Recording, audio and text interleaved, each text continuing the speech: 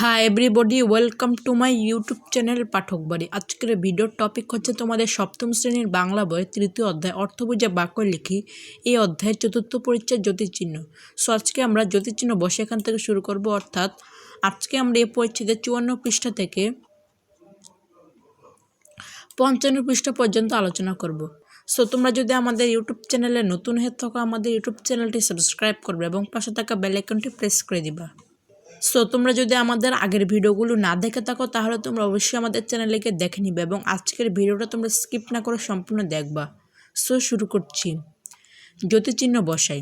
নিচের অনুচ্ছেদে কিছু জ্যোতির্চিহ্ন বসানো আছে, কিছু জ্যোতির্চিহ্ন বসানো নেই। বাদ পড়া জ্যোতির্চিহ্নগুলো বসে অনুচ্ছেদটি আবারও লেখো। চলো আমরা এর অ্যান্সার স্ক্রিপ্টটা দেখে নিই, ঠিক আছে?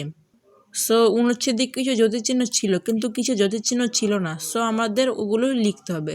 সো তোমরা যেগুলো লাল বর্ণ দেখতে পাচ্ছ এগুলো হচ্ছে জ্যোতির্চিহ্ন, যেগুলো সেই অনুচ্ছেদে দেওয়া ছিল না, এগুলো আমরা লিখেছি, ঠিক আছে?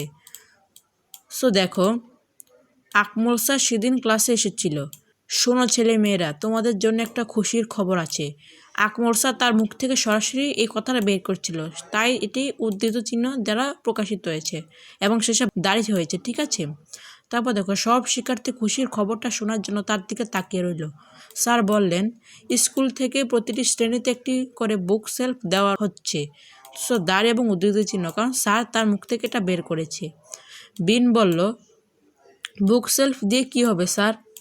হ্যাঁ, প্রশ্ন করেছে তাই এখানে প্রশ্নবাচক চিহ্ন বসেছে এবং বিন বলেছে, অর্থাৎ বিন তার মুখ থেকে বের করেছে তাই এখানে উদ্ধার চিহ্ন বসেছে, ঠিক আছে? স্যার বললেন, অর্থাৎ স্যার বলেছে, হ্যাঁ উদ্ধার চিহ্ন বসবে। এই বুক সেলফে আমরা নানা রকম বই রাখবো, গল্প, কবিতা, প্রবন্ধ, নাটক, পছন্দ মতো যে কোনো ধরনের বই আমরা রাখতে পারি।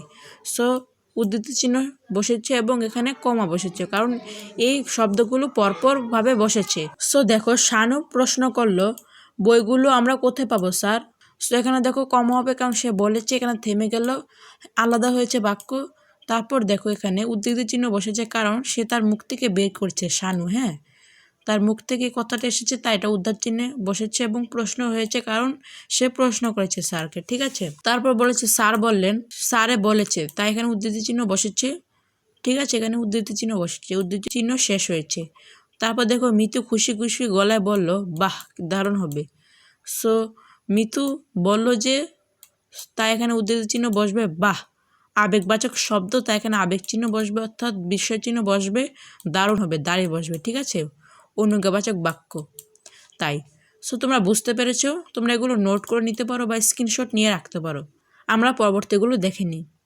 সো দেখো, জ্যোতির্চিহ্ন ব্যবহার করে অনুচ্ছেদ লিখি। একটি অনুচ্ছেদ লেখো যেখানে বিভিন্ন রকম জ্যোতির্চিহ্নের ব্যবহার আছে। সো তোমাদের একটা অনুচ্ছেদ লিখতে হবে যেখানে বিভিন্ন রকম জ্যোতির্চিহ্নের ব্যবহার থাকবে, অর্থাৎ একটা অনুচ্ছেদ যেখানে জ্যোতির্চিহ্নের ব্যবহার থাকবে। সো তোমরা যে কোনো একটা অনুচ্ছেদ দিতে পারো, আমরা তোমাদের সুবিধার্থে একটি লিখে রেখেছি, চলো আমরা সেটা দেখে নিই। সো দেখো, জ্যোতির্চিহ্ন ব্যবহার করে অনুচ্ছেদ লিখে আমরা উত্তরটা দেখি। আর্য পাখিকে বলে, পাখি কমা, ঠিক আছে, একটু নিচে নামো, তোমার সাথে কথা কই, আমাকে স্কুলে নিয়ে যাবে? সোমেন, ওরা কেউ নিয়ে গেল না, তুমি নিয়ে যাও না। তোমার ডানায় ভর করে চলে যাব, কি হলো, নেমে গেলে কেন? মেঘ আমায় নিয়ে যাও না, তোমার কলে বসে চলে যাব স্কুলে, কি বলছো, ভিজে যাব? ভিজলাম, আবার শুকিয়ে যাব, তবুও তো স্যার বুঝবেন।